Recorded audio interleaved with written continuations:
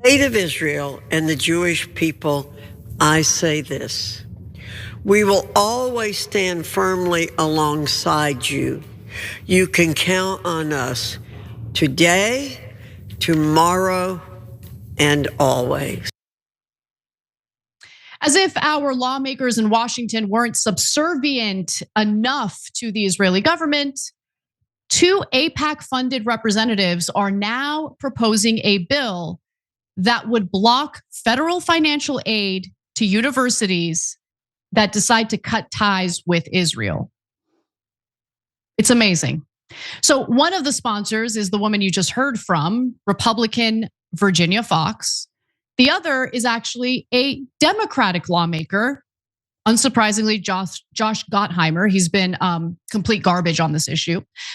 On Tuesday, Representatives Foxx and Gottheimer introduced the Protect Economic and Academic Freedom Act of 2025. Let's pause. I'm going to bring this graphic back up in a second, but I have to just say, economic and academic freedom? You guys want to punish universities who are so disgusted with the atrocities carried out by Israel that they no longer want to invest in Israel. You're going to punish them. How is that economic or academic freedom? These people are the worst. Okay, let's put that graphic back up. It's a bill that would cut off federal funds to any college that boycotts Israel or imposes limits on academic cooperation with Israeli institutions. Why? So they can propagate their lies and brainwash American students into thinking that Israel's our greatest ally, even as they take our money to commit atrocities in the Middle East. The bill would require colleges to annually certify that they will not engage in a non-expressive commercial boycott of Israel or companies and other entities licensed by Israel. Any university that refuses to do business with Israeli entities other than a valid business reason would be made ineligible for Title IX. No, I'm sorry. That's 9, right? No, yes, it is. Title IX financial aid programs, including Pell Grants and I'm sorry, it's Title VI. Yeah, Title VI, Pell Grants and student loans. So obviously the intention of the bill is to scare other colleges away from, breaking their ties with Israel despite growing pressure from student activists to do so. I think our university system is it's done. Enrollment is down considerably. These universities don't stand for anything. And if they do want to stand for something, we have a Congress that's actively trying to prevent them from doing so. I mean, this is amazing. So they're threatening to block financial aid, and it would be absolutely disastrous to the students who would need that financial aid in order to be able to go to college. Undergraduate students received $16,360 in financial aid on average in the 2023-2024 school year, according to College Board. So why are Foxx and Gottheimer even pushing this legislation? Who are they to meddle in the financial decisions of university campuses? I mean, they certainly haven't given a damn about universities price gouging the hell out of American students, helping them to dig themselves into a massive financial hole that they can't get out of. They don't want to intervene on those issues, God forbid. Gottheimer is one of AIPAC's top allies in Congress, of course he is, and has received over $1 million in campaign funding from the group's donor network over his career. Our government is occupied by Israel. Let's be clear about that. Foxx, a senior member of the House Education and the Workforce Committee, received more than $92,000 from AIPAC-PAC's donors in the 2024 cycle alone. One election cycle alone. And look, unfortunately, it's not just federal lawmakers looking to crack down on criticism of Israel on college campuses. In some cases, the censorship is happening in-house. And I think Harvard's a great example of that. It's pathetic. So Harvard, for example, has this initiative at Harvard, an initiative created to study the Israeli-Palestinian conflict, was stripped down after allegations of bias and anti-Semitism. See, if you're talking about Israel at all on a college campus, all you can do is talk about how wonderful Israel is. God forbid you ever talk about any of the atrocities the IDF has engaged in or the far right settlers have engaged. God forbid. You can't do that. You can't do that. I remember being in grad school. I don't even know how this happened, okay? I got a political science degree, master's degree. It wasn't really that useful, to be honest with you. But nonetheless, there were a few political scholars that I was exposed to as a result of getting that education that I'm very grateful for. John Mearsheimer happened to be one of them. So we were able to read the Israel lobby in essay form. It first came out as an essay, and then Mearsheimer and Walt put out a whole book titled The Israel Lobby, which I highly recommend everyone read. And I was like, oh my gosh, this is super interesting. It's well sourced. They show their work. And this seems to be a big problem in our government. And every student was either silent because they were afraid to be critical of the Israel lobby, or they condemned the political scientists behind that essay. I was super young and I did not have the confidence to debate anybody in class. I was only like 20 years old. I got my college degree very early because I went to high school and college at the same time. Anyway, whatever. But my point is, I wish I knew the things that I know now to be able to debate those students because they were wrong. I can't imagine the Israel lobby being assigned at Harvard at this point. So back to this story.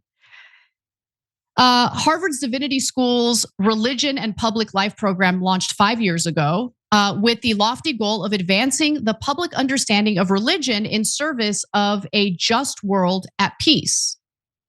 The program offers a master's degree for roughly a dozen students per year, a certificate program, and events and courses for students across the campus.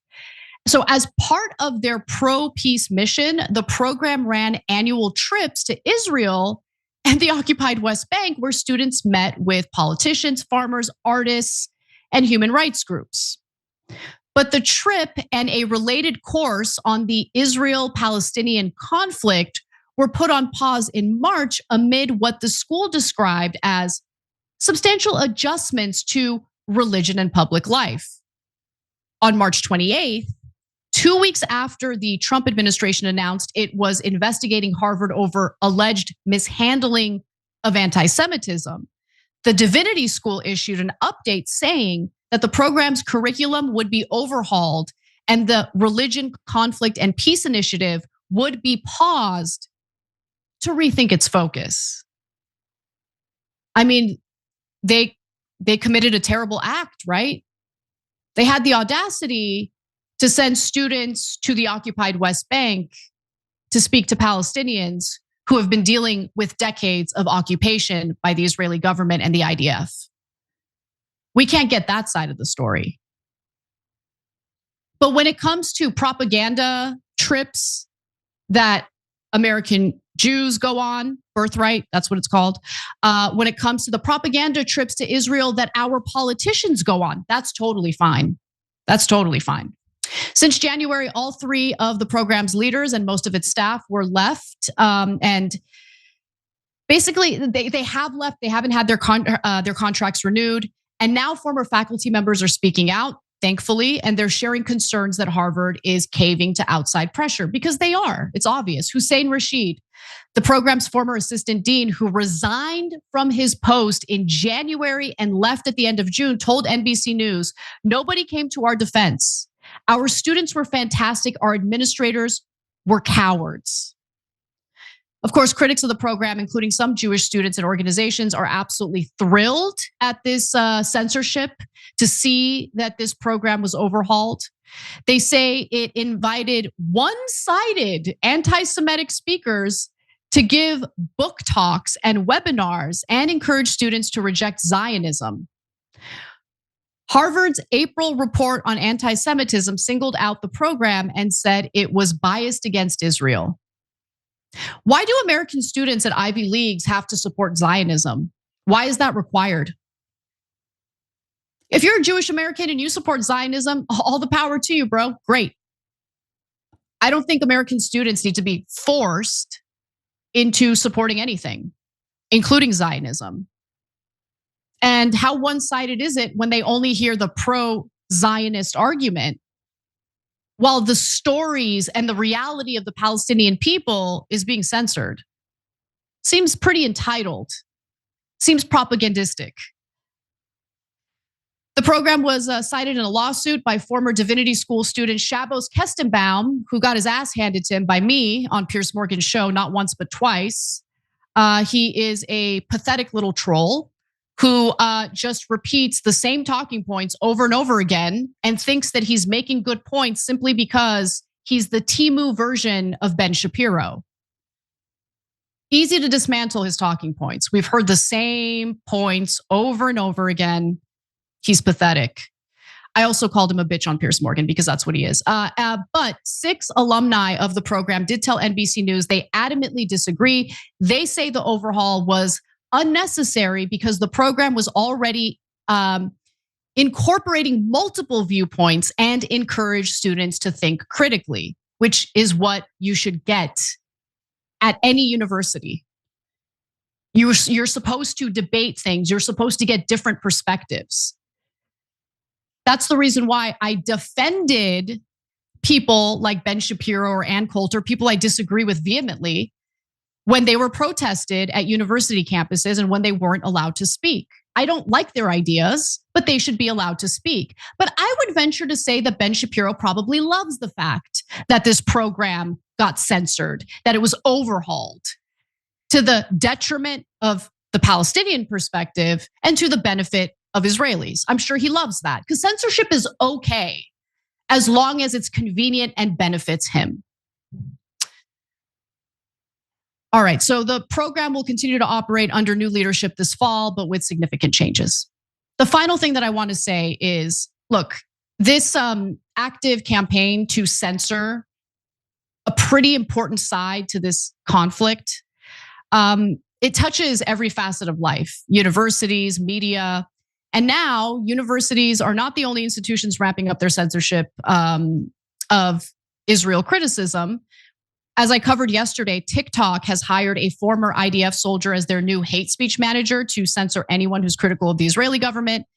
And independent journalist James Lee made a video about the woman's background. Then he posted on X, just got off the phone with a TikTok insider warning me that they are in the process of doing a full sweep to ban accounts that have posted anti-Israel, pro-Palestine content, and that I should probably delete this post right away. Well, there you have it. What are they trying to hide?